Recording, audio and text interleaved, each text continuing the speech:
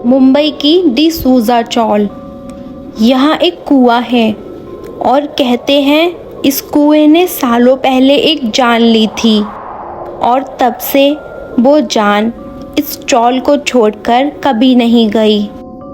आज की कहानी उन लोगों की है जिन्होंने उस सफ़ेद साए से सिर्फ बात नहीं की बल्कि उसे देखा भी।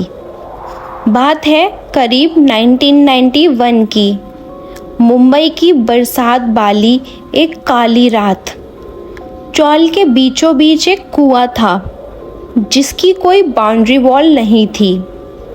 उस रात एक लेडी जिन्हें लोग मैरी कहते थे, वो पानी भरने नीचे आई। बारिश होने की वजह से चौल में पानी भर गया था और चारों तरफ कीचड़ हो गई थी। मैरी कुएं के पास जाकर पानी भरने लगी और बाल्टी कुएं में डाल दी। लेकिन जब मैरी बाल्टी को खींच रही थी उसी टाइम कीचड़ की वजह से मैरी का पैर फिसल गया और वो कुएं में गिर गई। वो कुआं बहुत गहरा था। मैरी की चीखें चौल की दीवारों से टकरा कर रह गईं। जब तक लोग बाहर आए कुएं का पानी शांत हो चुका था। सिर्फ एक बाल्टी ऊपर तैर रही थी। अगली सुबह उनका शरीर निकाला गया। उनकी आंखें खुली हुई थी जैसे वो किसी को देख रही हों। उन्हें वहीं करीब के ग्रेवयार्ड में दफना दिया गया। पर क्या मौत के बाद सब खत्म हो जाता है? बिल्कुल नहीं। मैरी की मौत के ठीक 13 दिन बाद चौल के एक रेसिडेंट जिसका नाम रोहन था, वो रात को करीब 2 बजे काम से लौट रहा था। मुंबई की गर्मी में भी उस रात चौल में एक अजीब सी ठंडक थी। रोहन जैसे ही कुएं के पास से गुजरा उसे किसी के रोने की आवाज़ आई। उसने देखा कुएं की एज पर एक औरत बैठी है, सफ़ेद साड़ी, बिखरे हुए बाल और उसका चेहरा कुएं की गहराई की तरफ था। रोहन को लगा शायद कोई नई पड़ोसी है जो परेशान है। उसने पूछा, माँ जी इतनी रात को यहाँ क्या कर रही हो? वो औरत धीरे से पीछे मुड़ी। उसका चेहरा बिल्कुल गल चुका था, जैसे सालों से पानी में डूबा हुआ हो और उसके चेहरे से पानी टपक रहा था। उसके पूरे कपड़े गीले थे और उसकी आंखों की जगह सिर्फ 2 काले सुराख थे, जैसे उनमें आंखें कभी थी ही नहीं। रोहन वहाँ से डर के भागा और अपने कमरे में जाकर जल्दी से गेट बंद कर दिया। डिसूज़ा चौल के लोग कहते हैं कि मैरी की रूह बुरा नहीं चाहती, पर वो अकेली थी। 2005 में एक यंग लड़का जो वहाँ किराए पर रहने आया था, उसने इस कहानी का मजाक उड़ाया। उसने रात के 3 बजे कुएं के पास खड़ा होकर चिल्लाने लगा, मैरी अगर तुम हो तो बाहर आओ। और उसी रात उस लड़के को सपना आया। उसने देखा कि वो कुएं के अंदर है और मैरी उसका पैर पकड़कर नीचे खींच रही है। जब उस लड़के की आंख खुली तो उसके बिस्तर पर असली पानी के निशान थे और उसके तकिए से काई की गंदी बदबू आ रही थी। लोग कहते हैं कि वो लड़का उस दिन के बाद कभी नॉर्मल नहीं हुआ। वो आज भी कुछ ना कुछ कहता रहता है और वो कुएं के पास जाने से बहुत डरता है, जैसे उसने उस रात कुछ खौफनाक देखा हो। आज भी अगर आप माहिम जाएं और डिसूज़ा चौल के पास से गुजरें तो आपको लोग मिलेंगे जो कहेंगे रात को कुएं की तरफ मत देखना, क्योंकि ये कोई कहानी नहीं, ये वाकई में असली हकीकत है जो मुंबई के डिसूज़ा चौल की है। मैरी की मौत सिर्फ एक एक्सीडेंट नहीं थी। कुछ लोग ये भी कहते हैं कि वो एक चेतावनी थी।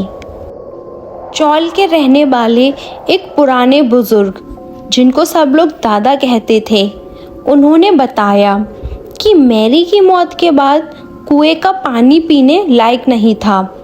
कोई अब उस कुएं से पानी नहीं लेता था क्योंकि उस पानी में एक अजीब सी बदबू आती थी, जैसे वो पानी सड़ गया हो।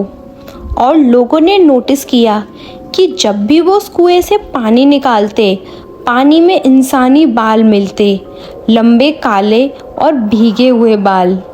सब लोगों को यही लगने लगा कि अब वो कुआं श्रापित बन चुका है मैरी की मौत का। जब लोग उस कुएं से पानी निकालते तो कई बार बाल्टी में काला खून जैसा कुछ आने लगता, और जब से लोगों को उस कुएं से डर लगने लगा, उस दिन के बाद से कुएं को पक्के तौर पर बंद कर दिया गया। पर क्या रूह को दीवारों में कैद किया जा सकता है? बिल्कुल नहीं। लेकिन उन लोगों ने कुएं को बिल्कुल बंद कर दिया और उस पे चेन बांध दी ताकि कोई भी उस कुएं के पास न जा सके और उसका पानी ना यूज़ करे, क्योंकि सबको पता था कि एक बार जिसने इस कुएं का पानी पी लिया तो उस इंसान की ज़िंदगी पहली जैसी बिल्कुल नहीं रहेगी। इसी चौल का एक और किस्सा है जिसमें एक डिलीवरी बॉय रात को करीब 1 बजे चौल में ऑर्डर देने आया था। उसने देखा कि कॉरिडोर बिल्कुल खाली है। जैसे ही वो तीसरी मंजिल पर पहुंचा, उसने देखा कि उसके आगे आगे कोई चल रहा है। वो एक औरत थी।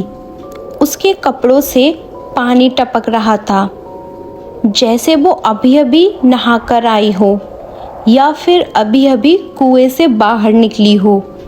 उस डिलीवरी बॉय ने पूछा, एक्सक्यूज़ मी, फ्लैट नंबर 302 कहाँ है? वो औरत रुकी, लेकिन मुड़ी नहीं, बस रुकी और उसने अपना हाथ पीछे किया और उसका हाथ इतना लंबा कि वो डिलीवरी बॉय के चेहरे को छूने लगा। वो हाथ बर्फ जैसा ठंडा था और उससे सड़ी हुई मछली की बदबू आ रही थी।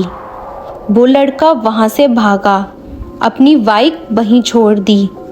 अगले दिन जब वो अपनी बाइक लेने आया तो उसकी सीट पर गीली मिट्टी के निशान थे, बिल्कुल एक इंसानी हथेली के साइज़ के।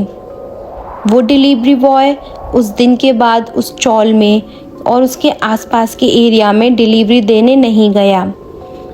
डिसूज़ा चौल के ऐसे ही किस्से पूरे मुंबई में फेमस हैं। कई पैरानॉर्मल इन्वेस्टिगेटर्स ने वहां जाने की कोशिश की। उन्होंने अपने EMF मीटर्स और EVP रिकॉर्डर्स लगाए। एक रिकॉर्डिंग में, जो आज भी डार्क वेब और प्राइवेट फोरम्स पर मिलती है, एक आवाज़ सुनाई देती है। इन्वेस्टिगेटर्स ने पूछा, मैरी तुम यहाँ क्यों हो? जवाब आया, पर वो कोई इंसानी आवाज़ नहीं थी। वो एक अजीब सी आवाज़ थी जिसमें मैरी कुछ कह रही थी, लेकिन वो आवाज़ बिल्कुल क्लियर नहीं थी। लेकिन फिर इन्वेस्टिगेटर्स ने अपना काम वहीं छोड़ दिया, क्योंकि वो नहीं चाहते थे कि शहर में ऐसी अफवाह फैले कि डिसूज़ा चौल में एक आत्मा रहती है, क्योंकि ये अफवाह लोगों को डराने लगी थी। इसी चौल का एक और किस्सा लॉकडाउन के टाइम हुआ, जिस टाइम चौल बिल्कुल खामोश थी और वहाँ के एक पुराने रेसिडेंट, जिनका नाम सुनील था, जो कुएं के ठीक सामने वाली खिड़की से रोज़ बाहर देखते थे, उन्होंने कुछ अजीब नोटिस किया। उन्हें लगा कि उनका घर हमेशा गीला रहता है। वो पोछा लगाते, पर 5 मिनट बाद फर्श पर फिर से पानी की बूंदें टपकने लगती। उन्हें लगा पाइपलाइन लीक है, पर सच्चाई उससे कहीं ज़्यादा भयानक थी। एक रात सुनील की वाइफ ने देखा कि सुनील नींद में उठकर कुएं की तरफ मुंह करके खड़े हैं। उनके मुंह से गंदी मिट्टी और कुएं का पानी निकल रहा था। वो कुछ बोल नहीं रहे थे, बस उनकी आंखें सफ़ेद हो चुकी थीं और वो कुछ फुसफुसा रहे थे। मुझे अंदर बहुत ठंड लग रही है, मुझे ऊपर खींचो। चौल के लोगों ने जब ये सब बातें नोटिस की तो उन्होंने एक तांत्रिक को बुलाया उसने कुएं को ढक्कन पर एक पुराना कपड़ा बांधा और कुछ मंत्र पढ़े, पर जैसे ही उसने कुएं की ज़मीन को छूना चाहा, उसके हाथ पर जलन होने लगी। उसने भागते हुए सिर्फ एक बात कही, ये मैरी नहीं है, मैरी तो कब की जा चुकी। ये वो चीज़ है जो मैरी के शरीर के साथ उस कुएं से बाहर निकली थी। सोचिए, अगर वो मैरी नहीं है तो वो क्या है?